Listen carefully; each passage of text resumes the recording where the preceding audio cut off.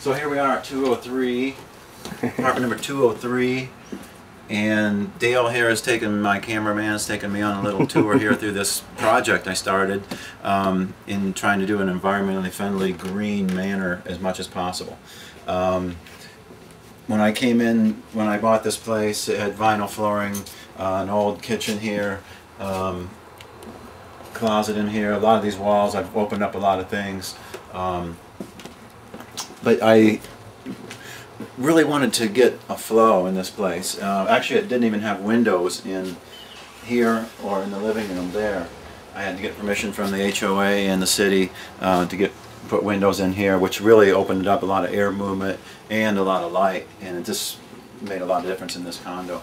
I really thought about taking this wall all the way out and doing some kitchen so when you walked in it'd be one open room, but I was just losing too much wall space, and it kind of went back to the galley kitchen, although I am extending it probably another 3 or 4 feet. I'll probably have 4 feet more countertop than original. So I'm trying to put a nice kitchen in it. I'm trying to do everything in the way I'm probably going to live here, but for someone else too, that whoever else lives here, that this doesn't have the run-of-the-mill cookie cutter condo. So I run gas to the stove, or had gas run to the stove, and had all the wirings done. Had the plumbing for the sink moved because we're kind of changing the location of the sink.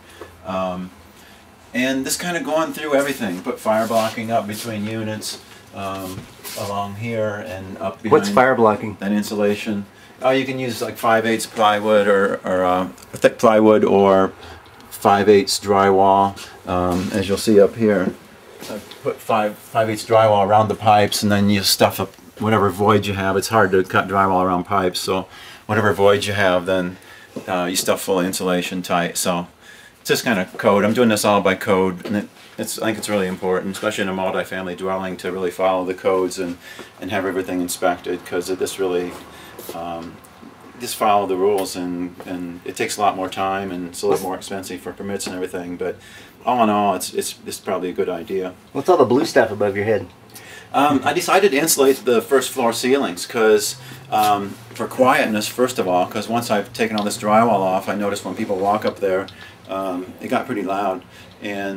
But also, I think it will, there's units under this, I think it will also help hold heat coming up through this building.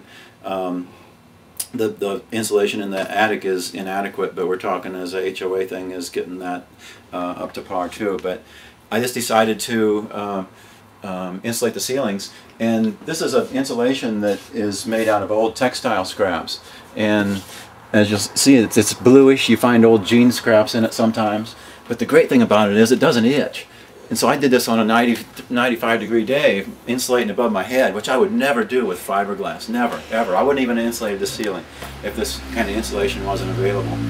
So that was the neat thing, and it's kind of getting all ready for drywall. I'm putting all these nailers in, so when the drywallers come, I furred all these ceilings. This building is settled, it's 35 years old, and so I strung all these joists and shimmed them and put 1-bys up to shim them to get the ceiling straight, because the kitchen cabinets are going all the way up to the ceiling on this wall, and you can't have a crooked ceiling because it's just going to, especially as much as it's out, probably 1.5 inches in some places.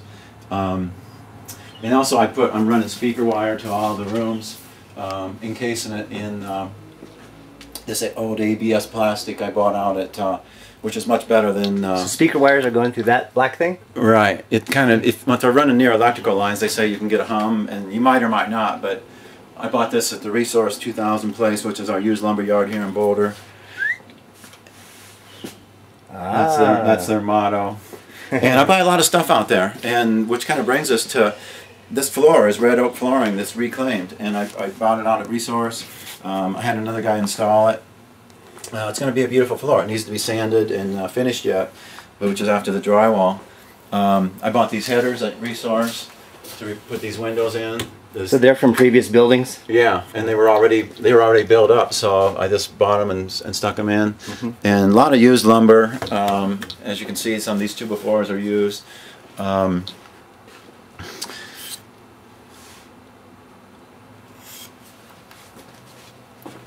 then that kind of brings us into where we cut this closet out, and just wanted to open up more space, more air coming through.